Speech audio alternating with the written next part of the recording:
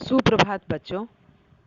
चलिए आज हम पुनः महर्षि वेदव्यास रचित महाभारत की कथा का अध्ययन करें।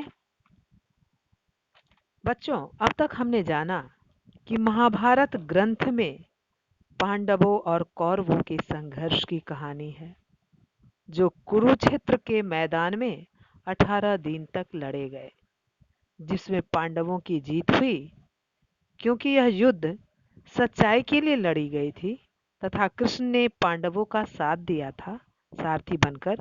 उसके बाद युधिष्ठिर हस्तिनापुर की गद्दी पर बैठे। चलिए आगे पाठ इस प्रकार है। कई साल राज करने के बाद पांचों पांडव अपना राज्य अपने उत्तराधिकारी अभिमन्यु के पुत्र परीक्षित को सौंपकर स्वर्ग की खोज में निकले। जब युधिष्ठिर हस्तिनापुर के गद्दी पर बैठ गए विजयी होने के बाद, तो वो कई साल राज्य किए और कई साल राज्य करने के बाद फिर क्या किए, पांचों पांडव, पांचों भाई अपना राज्य अपने उत्तराधिकारी अभिमन्यु के पुत्र, अभिमन्यु जो महाभारत के युद्ध में जो मारा गया था, उसी का पुत्र परीक्षित को सौंपकर राज्य स्वर्ग की खोज में निकले। पांचों भाई स्वर्ग की खोज में निकल पड़े और उत्तराधिकारी के रूप में परीक्षित को पूरा राज्य सौंप करके वो स्वर्ग की ओर चल पड़े। द्रौपदी भी सदा की भांति उनके साथ गई।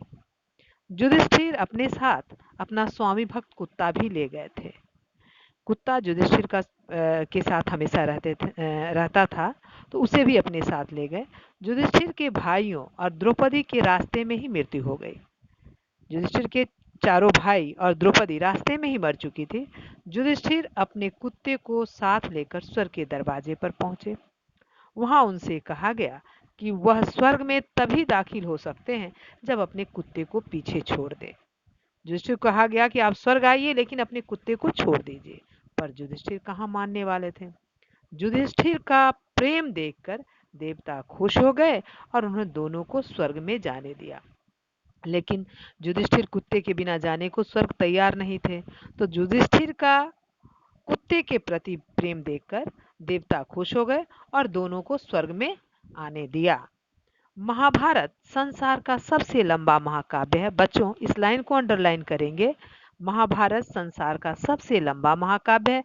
इसमें शूरवीरों और देवी देवताओं, बुद्धिमान पुरुषों और वीर स्त्रियों की सैकड़ों कहानियां भरी पड़ी हैं। ये तो आप लोग जान रहे हैं कि महाभारत सबसे लंबा महाकाव्य है और यह कौरवों और पांडवों के चरित्र और उसके संघर्ष की कहानी से भरी पड़ी है। और इसमें शूरवीर, देवी देवता, बुद्धिमान पुरुषों और वीर स्त्रियों की सैकड़ों कहानियां भरी पड़ी हैं। महाभारत का सबसे महत्वपूर्ण अंश है भगवत गीता। ध्यान रख, अंडरलाइन कर लीजिए बच्चों। महाभारत का सबसे महत्वपूर्ण अंश क्या है? भगवत गीता। कुरुक्षेत्र की युद्ध भूमि में अर्जुन का मन संदेह और दुख से भर उठा था। कुरुक्षेत्र का युद्ध हो रहा था तो अर्जुन का मन संदेह और दुख से भर उठा। अर्जुन ने क्यों भर उठा? अर्जुन ने देखा कि युद्ध में उनके सामने उनके ही सगे संबंधी हैं, अपने ही भाइयों पर उनके साथ वह खेल कूद कर बड़े हुए थे और अपने आदर योग्य बड़ों पर वह धनुष कैसे उठाए।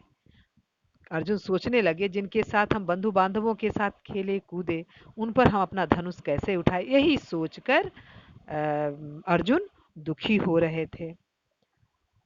चलिए समास विग्रह कीजिएगा।